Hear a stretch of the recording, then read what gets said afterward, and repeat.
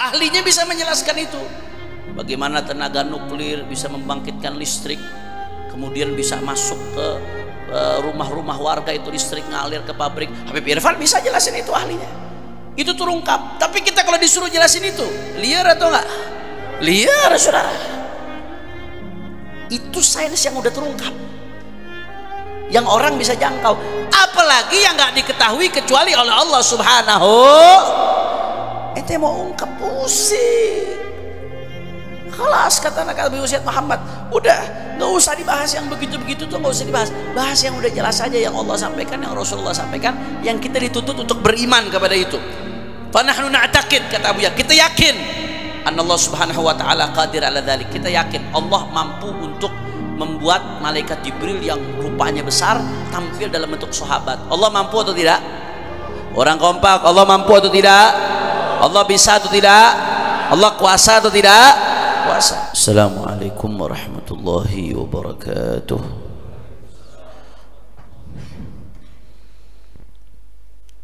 Bismillahirrahmanirrahim. Alhamdulillah rabbil alamin.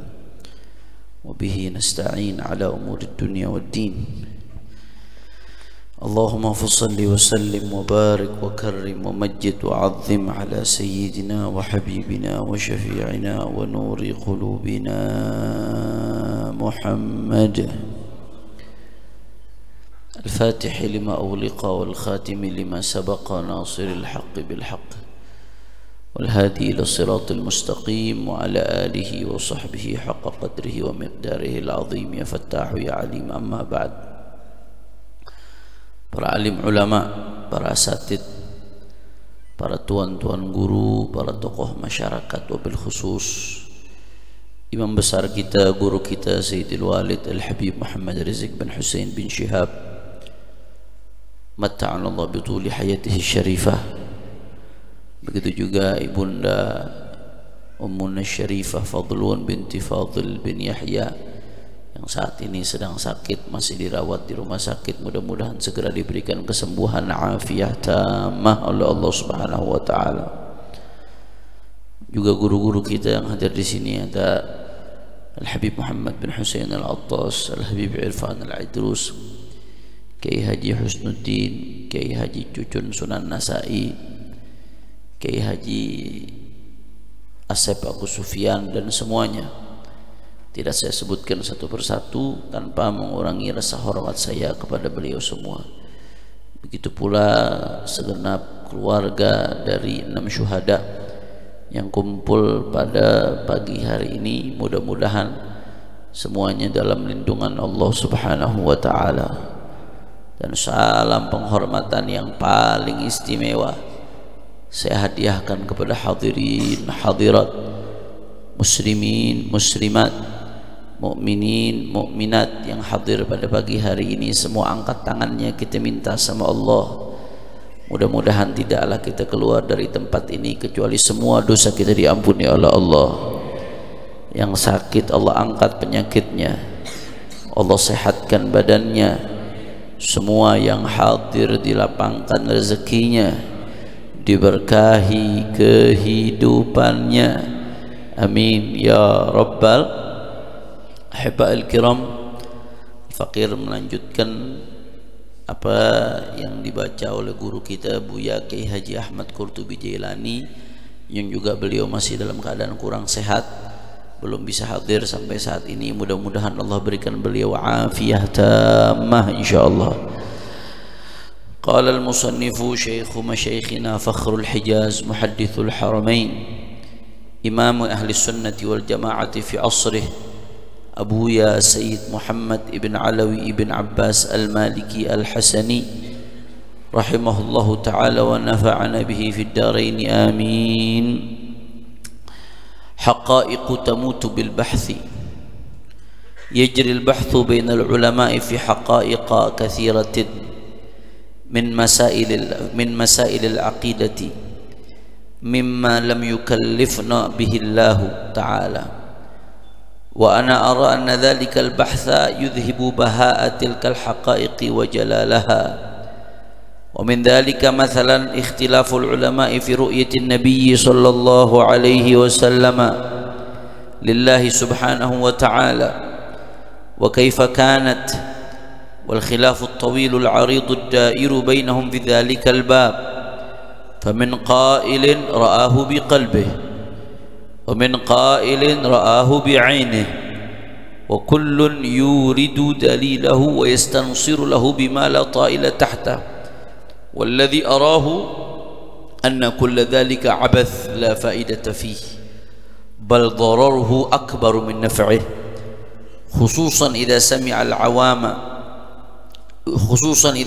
العوام هذا فإنه يدخل التشكيك في قلوبهم لا محالة ولو أننا ألغينا البحث عن هذا واكتفينا بإيراد هذه الحقيقة كما جاءت لبقيت مكرمة معظمة في النفوس بأن نقول إنه صلى الله عليه وسلم رأى ربه ونقتصر على هذه الحقيقة ونترك الباقي له هو.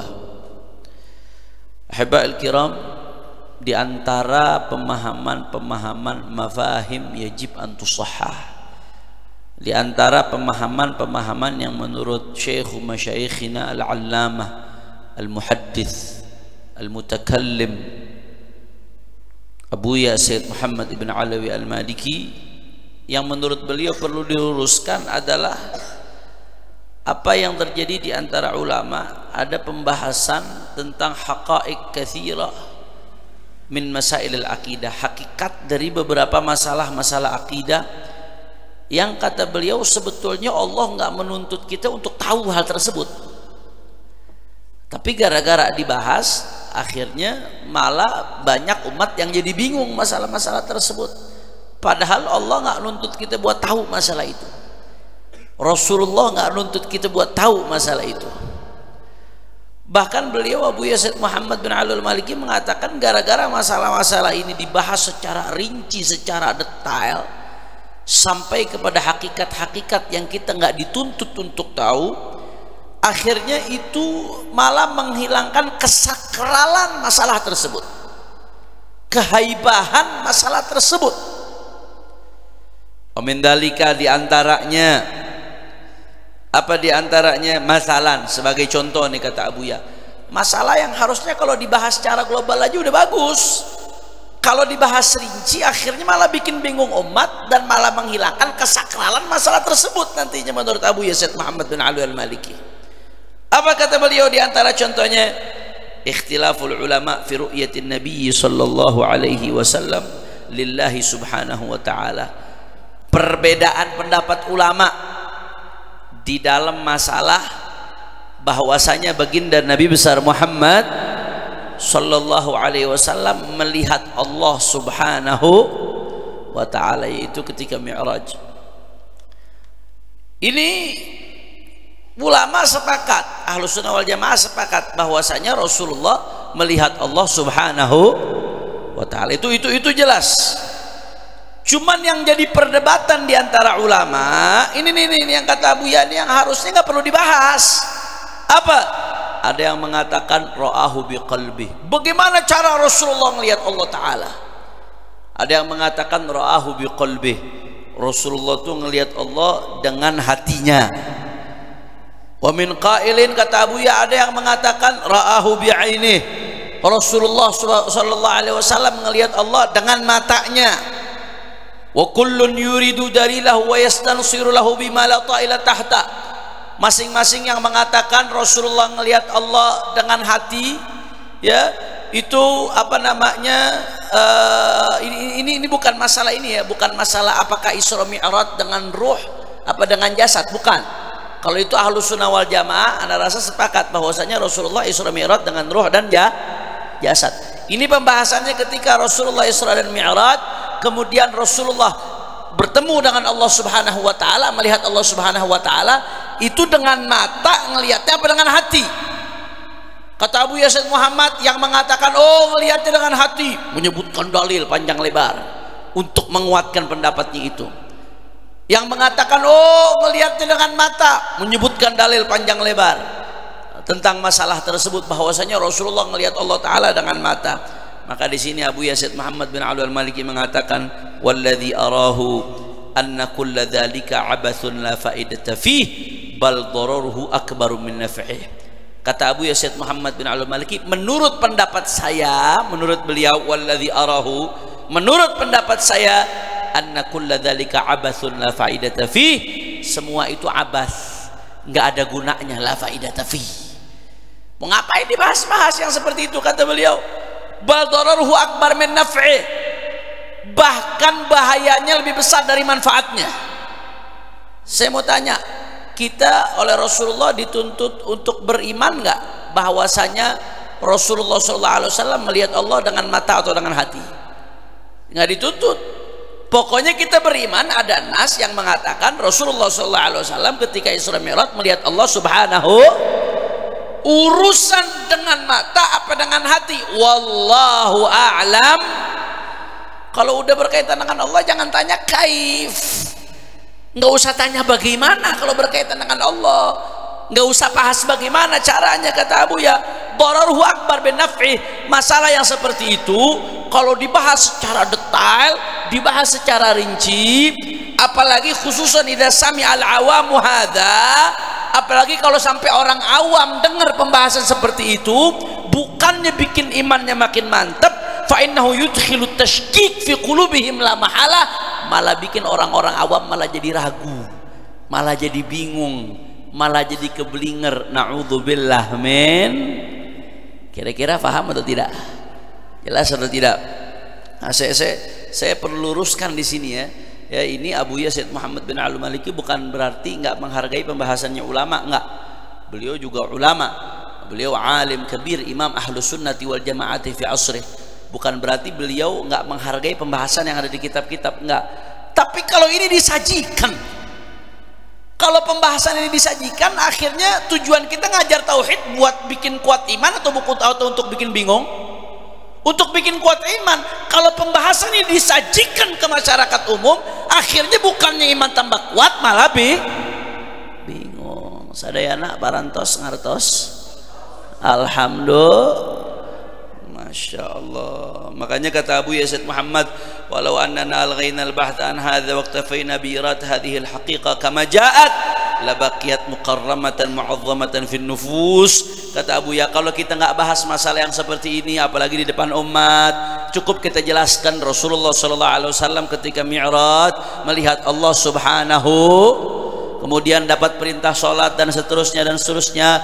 Kalau kita nggak bahas yang rinci-rinci seperti tadi, cukup kita jelaskan hal-hal yang jelas-jelas terang menerang datang dari Allah dan Rasulnya, maka kalau kita seperti itu, labaqiyat mukarramatan mu'azzabatan fin nufus, masalah ini akan tetap terhormat, tetap diagungkan di hati umat, tetap punya wibawa, tetap punya kesakralannya. Bi annaqul, cukup kita katakan, kata Abu ya, innahu sallallahu alaihi wasallam ra'a rabbah.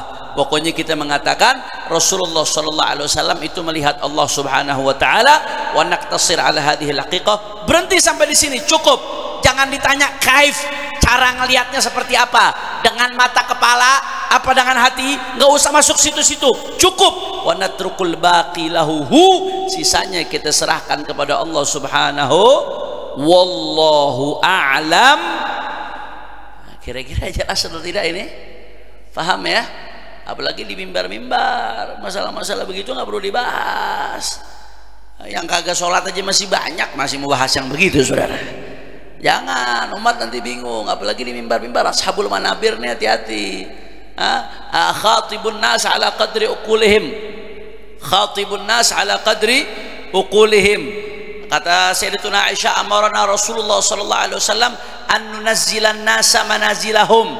Kata Sayyidatuna Aisyah, kita diperintahkan oleh Rasulullah sallallahu alaihi wasallam untuk memposisikan orang sesuai dengan posisinya masing-masing. Kata Sayyidatuna Aisyah, khatibun nas ala qadri uqulihim, ajak bicara orang sesuai dengan kadar akalnya.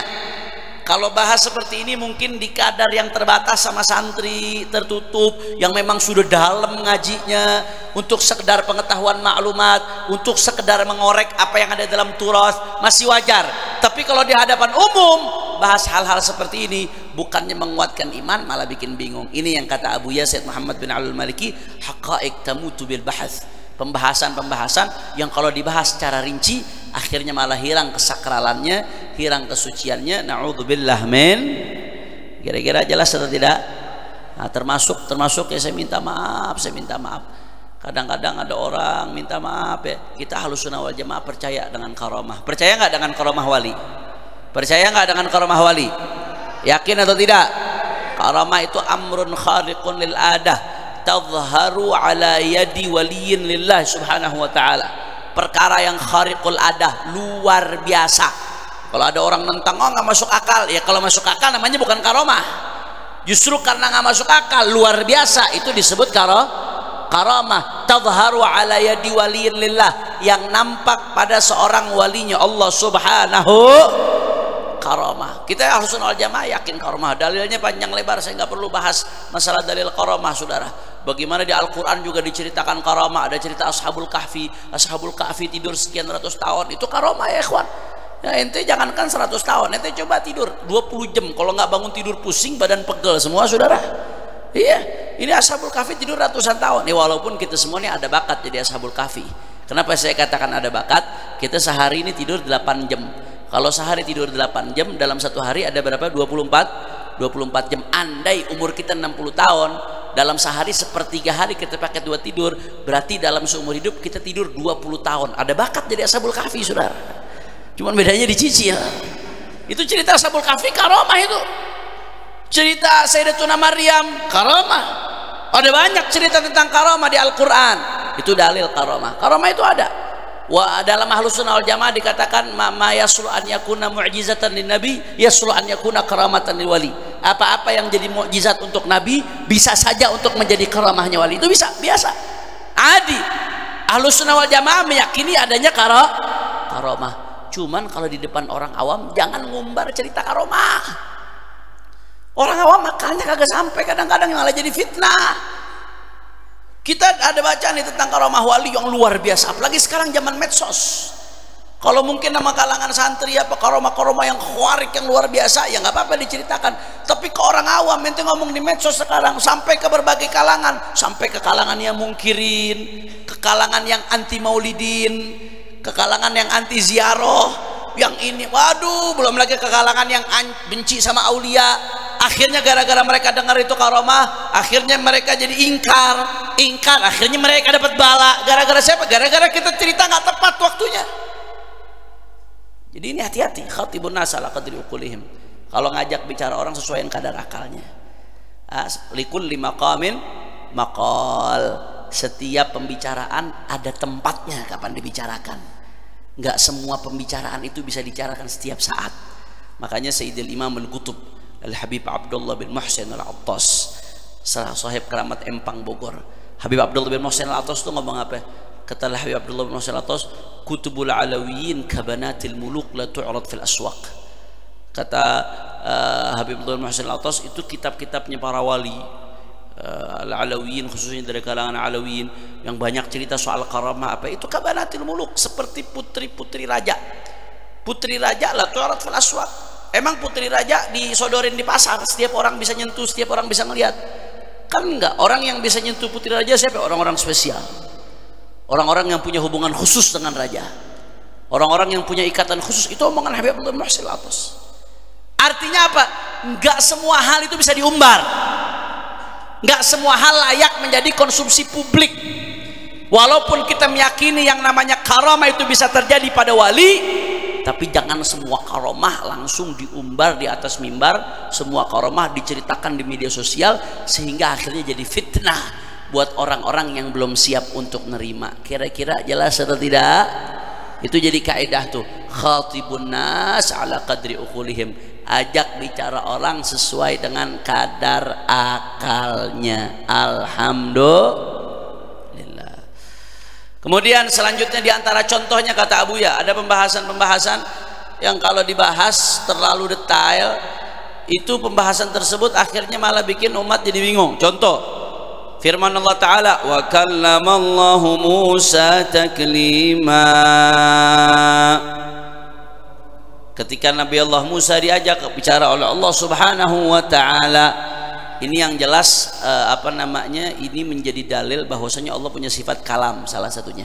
Ini jadi dalil bahwasanya Allah punya sifat kalam, bahwasanya Allah itu mutakallim. Ini jadi dalil nih.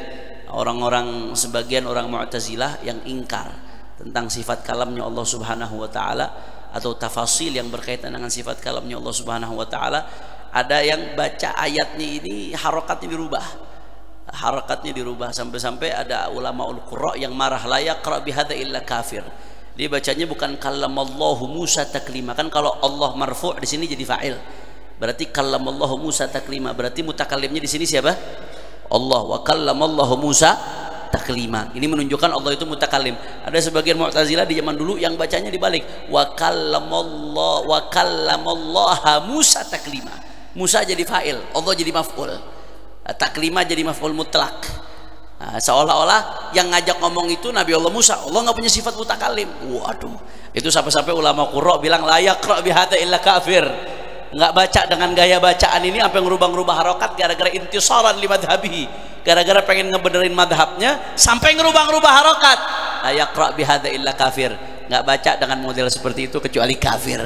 Na'udzubillah min dzalik. Nah, min dzalika ayat ini termasuk ini wa kallamallahu Musa taklimah. Dari ayat ini kita yakin Allah Subhanahu wa taala berbicara dengan Nabi Allah Musa alaihis. Yakin atau tidak? Kok ragu-ragu jawabnya? Yakin atau tidak? Percaya atau tidak? Iman atau tidak? Tapi kata Abuya, kadang-kadang yang jadi permasalahan cara bicaranya bagaimana? Udah mulai ada pertanyaan tuh. Kaif? Bagaimana cara Allah Ta'ala bicara dengan Nabi Allah Musa sampai Nabi Allah Musa menjadi kalimullah? Ketika di dunia Allah bicara sama Nabi Allah Musa, bagaimana caranya? Kata Abu Yazid Muhammad, terjadilah perdebatan. Famin qailin inna kalamahu subhanahu wa ta'ala kalam nafsi. Ada yang mengatakan Allah bicara dengan Nabi Allah Musa dengan kalam nafsi. Wa min qailin inna kalamahu subhanahu wa ta'ala biharfin wa saut.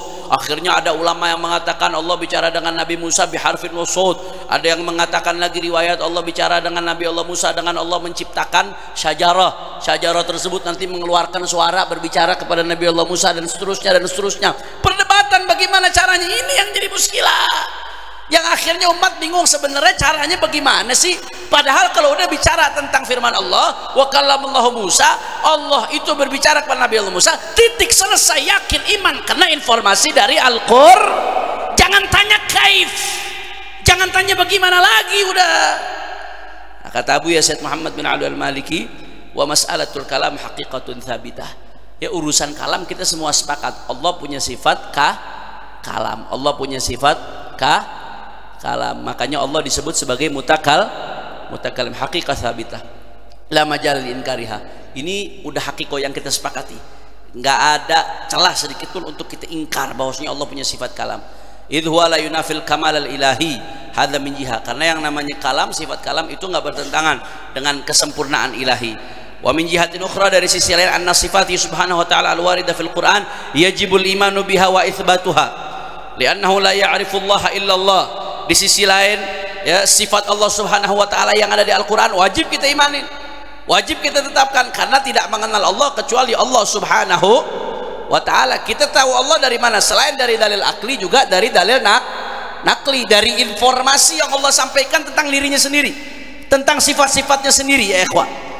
Maka kata Abu Yazid Muhammad bin Al-Maliki, walladzi arahu wa ad'u ilaih, menurut aku, kata Abu Ya, dan aku mengajak kepada ini, itsbat hadhil haqiqah dunal ghaus fi kaifiyatiha wa syakliha.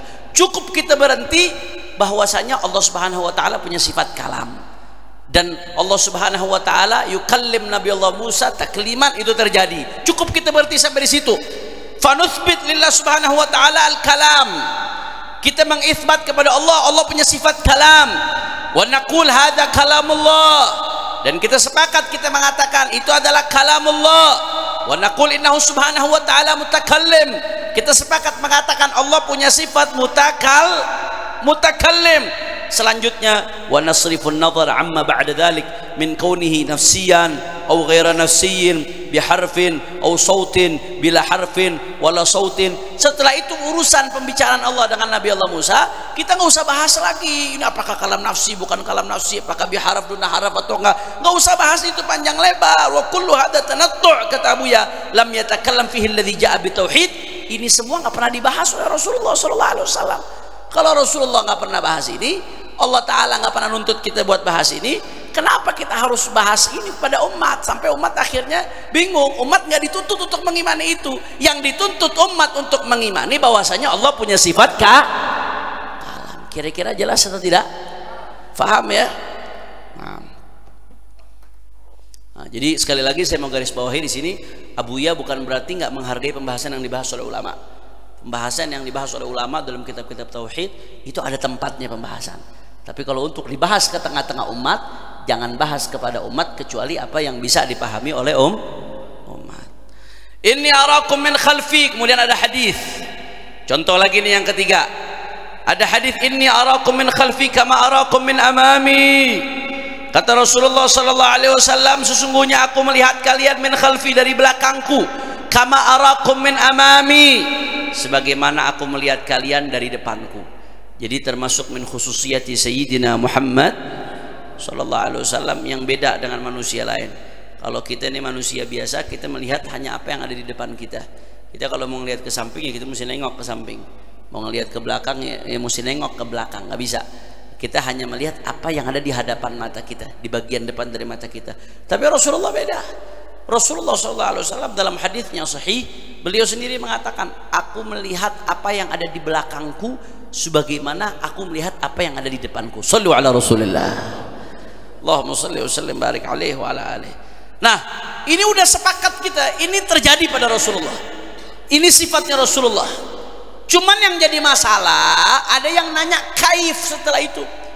Bagaimana ya cara Nabi ngelihat yang ada di belakangnya, bagaimana? Caranya seperti apa? Kaif ini, masuk ke kaif ini yang masalah nih, kata Abu Yazid Muhammad. Famin qail, ada yang mengatakan, Innallah ta'ala yaj'alin nabiyhi sallallahu alaihi wasallam ainain min khalaf. Akhirnya ada yang mengatakan bahwasanya Allah Subhanahu wa taala menciptakan untuk Nabi Muhammad dua mata di belakang. Waduh, bagaimana itu mikirnya gitu tuh? Rasulullah ada dua mata di belakang. Ada yang mengatakan seperti itu karena mau menafsirkan apa yang sampai dari Nabi ini dipaksakan. Sampai ada yang mengatakan seperti itu. Allah menjadikan Nabi Muhammad punya dua mata di belakang. Jadi punya dua mata di belakang, punya dua mata di depan. Wa min qailin anna Allah Subhanahu wa ta'ala yaj'al li 'ainayhi al-amamiyatain quwwatan naffadatan tarayani biha ma khalfahuma. Ada lagi yang mengatakan bahwasanya Allah Subhanahu wa ta'ala menjadikan untuk dua mata yang ada di depan, matanya cuma di depan doang dua, tapi dia punya kekuatan untuk bisa melihat apa yang di belakangnya. Shallu ala Rasulillah. Ini penafsiran lagi sekali lagi. Kemudian yang ketiga ada lagi yang mengatakan Innallah Subhanahu wa ta'ala ya'kis lahu sallallahu, Innallah Subhanahu wa ta'ala ya'kis lahu sallallahu alaihi wasallam ma khalfahu hatta takuna suratuhu amamahu baina 'ainaihi.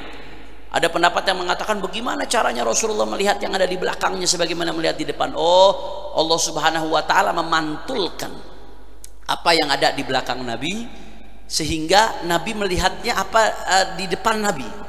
Jadi seolah-olah seperti ada kaca di depan Rasulullah, bisa ngelihat apa yang ada di belakangnya. Jadi ini macam-macam nih, hadisnya simple. Nabi mengatakan aku bisa melihat ke belakang sebagaimana aku melihat di depan. Aku bisa melihat yang di belakangku sebagaimana bisa melihat ada yang di depanku. Saya mau tanya, Nabi mengatakan seperti itu, iman atau tidak? Yakin atau tidak? Percaya atau tidak? Shallu ala Nabi. Nah sekarang nih yang jadi perdebatan ini yang akhirnya jadi masalah. Apakah Nabi punya mata di belakang?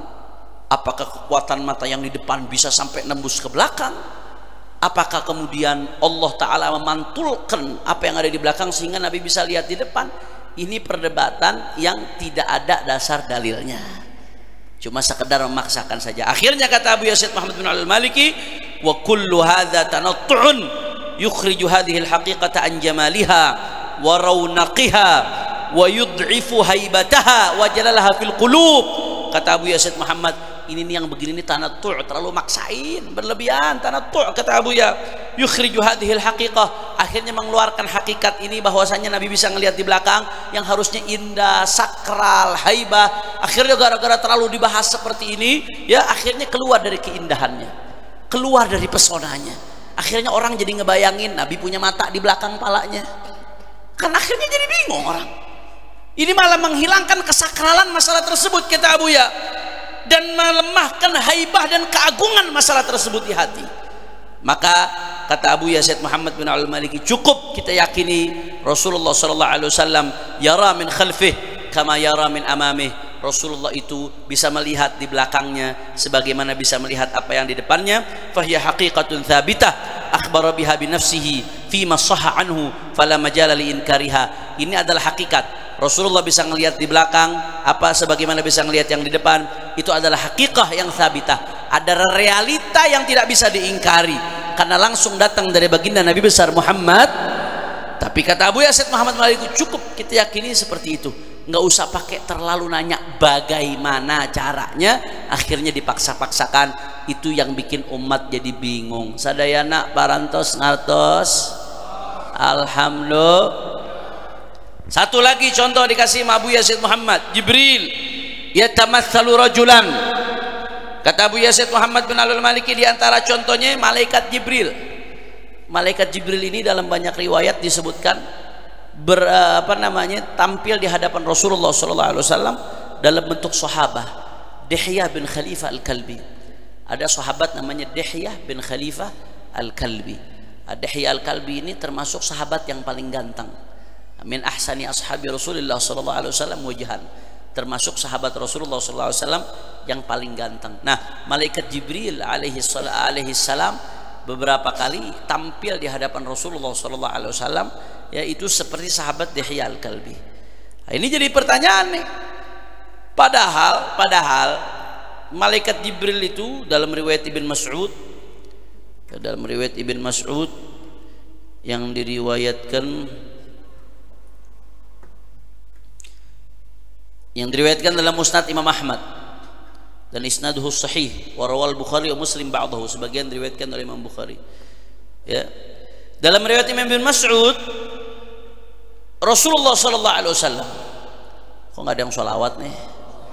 Rasulullah sallallahu alaihi wasallam itu pernah melihat Jibril fi suratihi, dalam bentuk aslinya Jibril. Bagaimana bentuk asli Jibril? Walahu sittumi ajanah. Ini hadis diriwayatkan oleh Imam Ahmad bin Hanbal, dan sebagian hadis ini redaksinya diriwayatkan oleh Bukhari Muslim. Malaikat Jibril punya 600 sayap. Ini hakikah, ini dari Rasulullah langsung menyampaikan. Kullu janahin minha qad saddal ufuq. Setiap sayapnya malaikat Jibril, ada 600 sayap malaikat Jibril ini.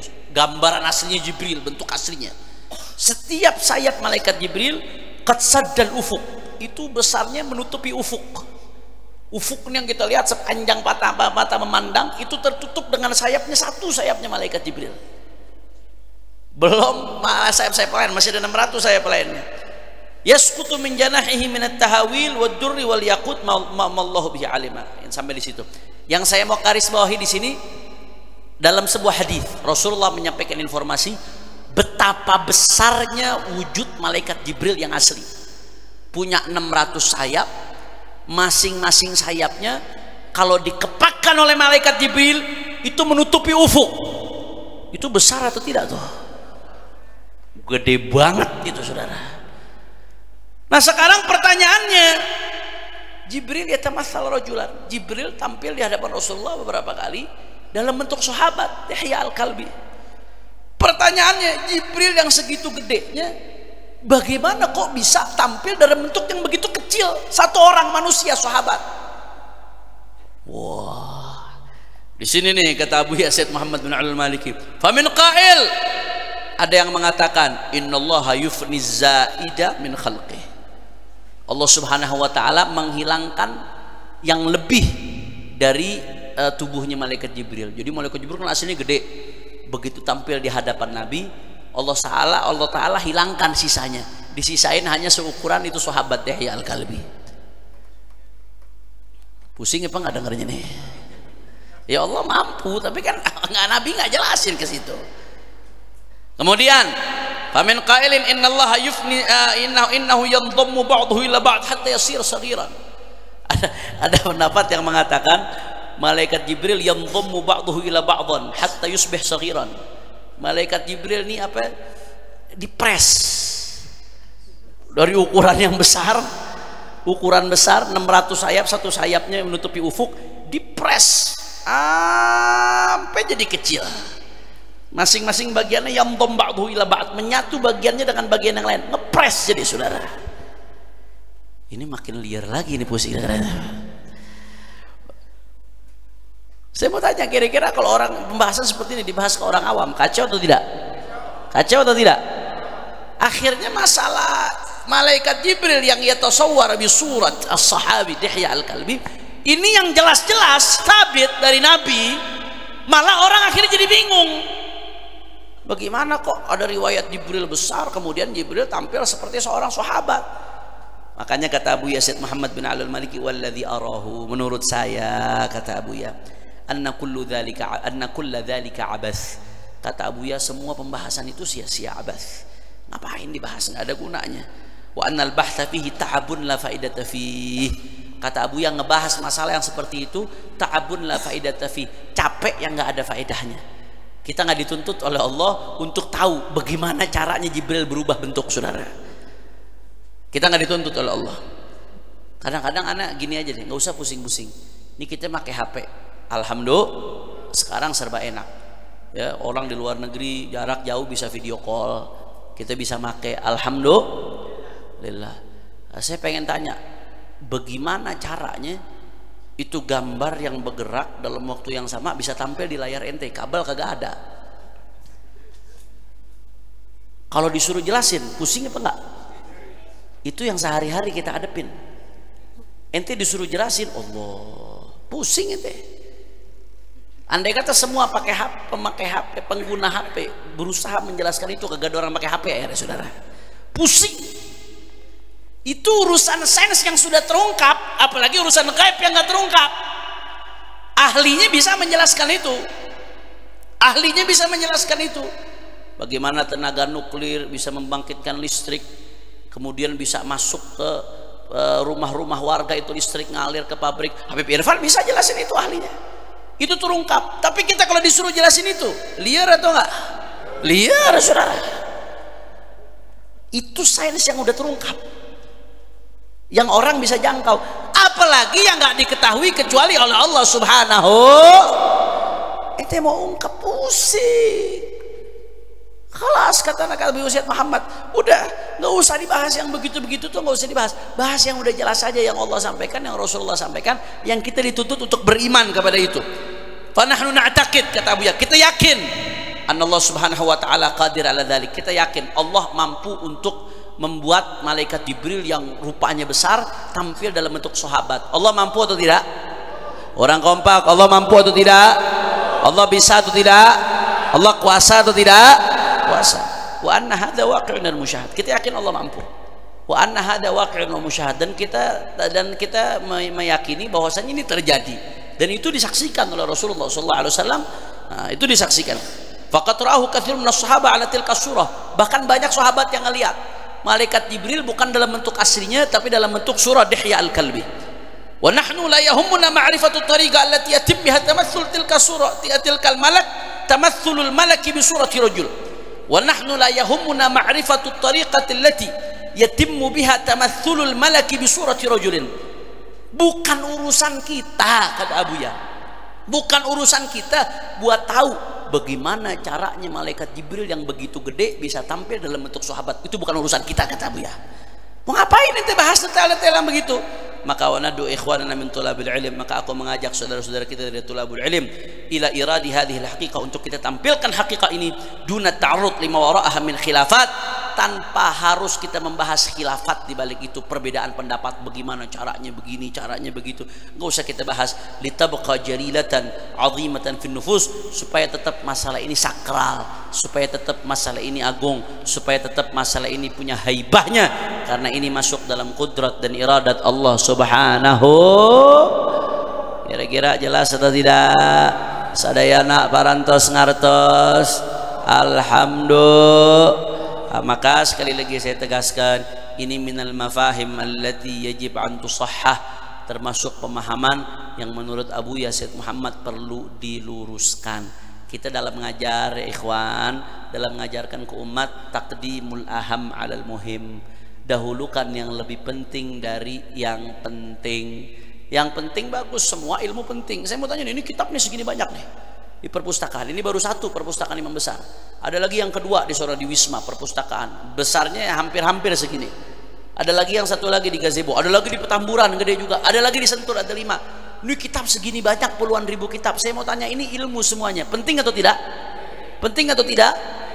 Tapi ente mau pelajarin ini kitab segini banyak, nggak usah yang 5 perpustakaan beliau, yang di sini aja. Kira-kira seumur hidup selesai atau tidak?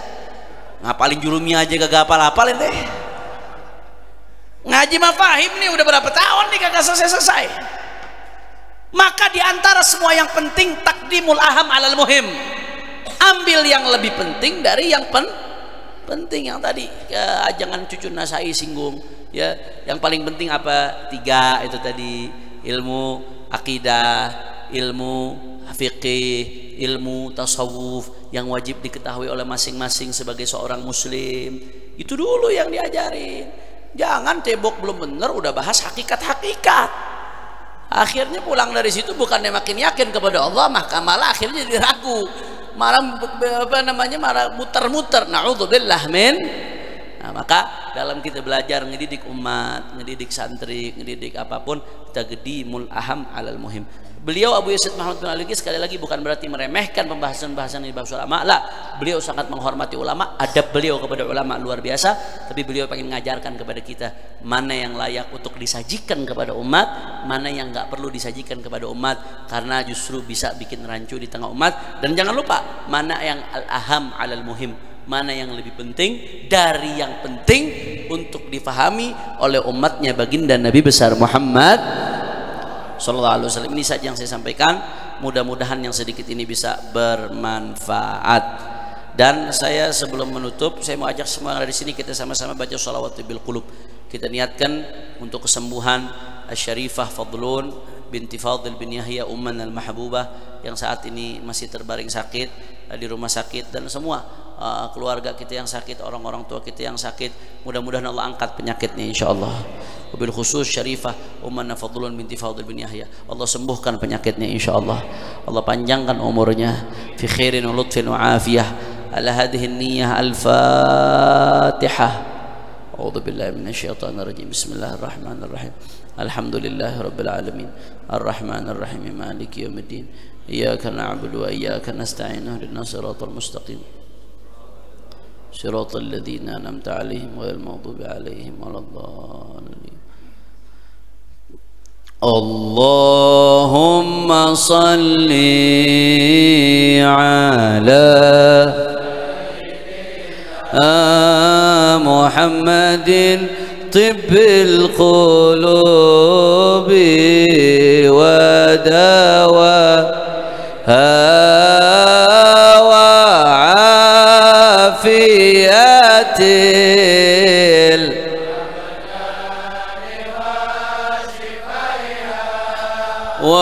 ونور وضيائها وعلى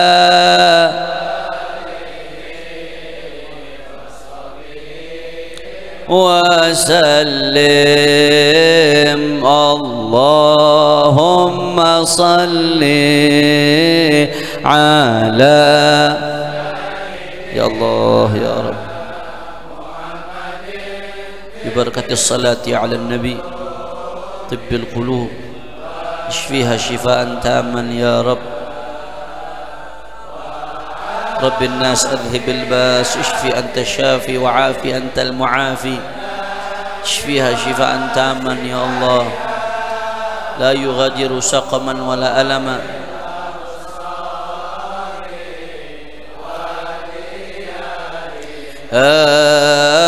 وعلى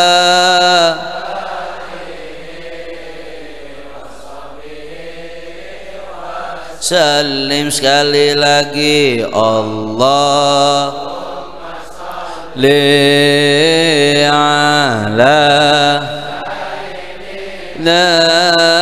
Muhammadin tibbil qulubi wa dawaiha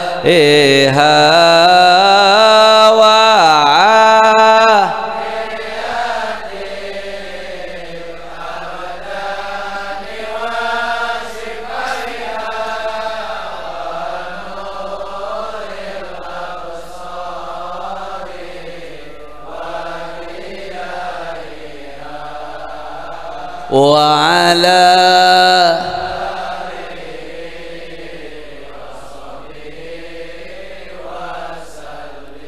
takbir, sallu ala nabi. Ini saja yang saya sampaikan, mudah-mudahan yang sedikit ini bisa bermanfaat. Insyaallah mudah-mudahan bulan depan Buya Qurtubi udah bisa ngajar lagi insyaallah. Dan juga guru kita, imam besar kita Sayyidil Walid Al-Habib Muhammad Rizik bin Husain bin Syihab yang saat ini belum bisa hadir di tengah-tengah kita karena masih di rumah sakit. Mudah-mudahan juga beliau selalu diberikan afiah oleh Allah Subhanahu wa taala. Nah, dan jangan lupa nanti jangan ada yang bubar dulu ya. Nanti habis Habib Muhammad menyampaikan apa yang ingin beliau sampaikan, insyaallah kita ba'da zuhur kita akan ziarah kubro bersama-sama untuk 6 syuhada. Kita ziarah sama-sama, ziarah 6 syuhada karena hari ini 7 Desember bertepatan dengan syahidnya 6 syuhada yang dibunuh secara zalim. Mudah-mudahan insyaallah barakat ziarah kubro ini kita dapat keberkahannya insyaallah, dan mudah-mudahan 6 syuhada Allah angkat derajatnya, Allah jadikan kuburnya raudhah min riyadhil jannah. Mudah-mudahan mereka memberikan syafaat nanti untuk keluarganya, dan juga mudah-mudahan orang-orang yang terlibat dalam pembunuhan mereka siapapun akan dibongkar oleh Allah Subhanahu wa taala, akan dipermalukan oleh Allah Subhanahu wa taala, dan insyaallah akan dibalas oleh Allah di dunia sebelum di akhirat insyaallah. Amin ya rabbal. Ini saja yang saya sampaikan, lebih kurangnya mohon maaf. Hadani Allah wa iyyakum ila siratal mustaqim. Wassalamualaikum warahmatullahi wabarakatuh.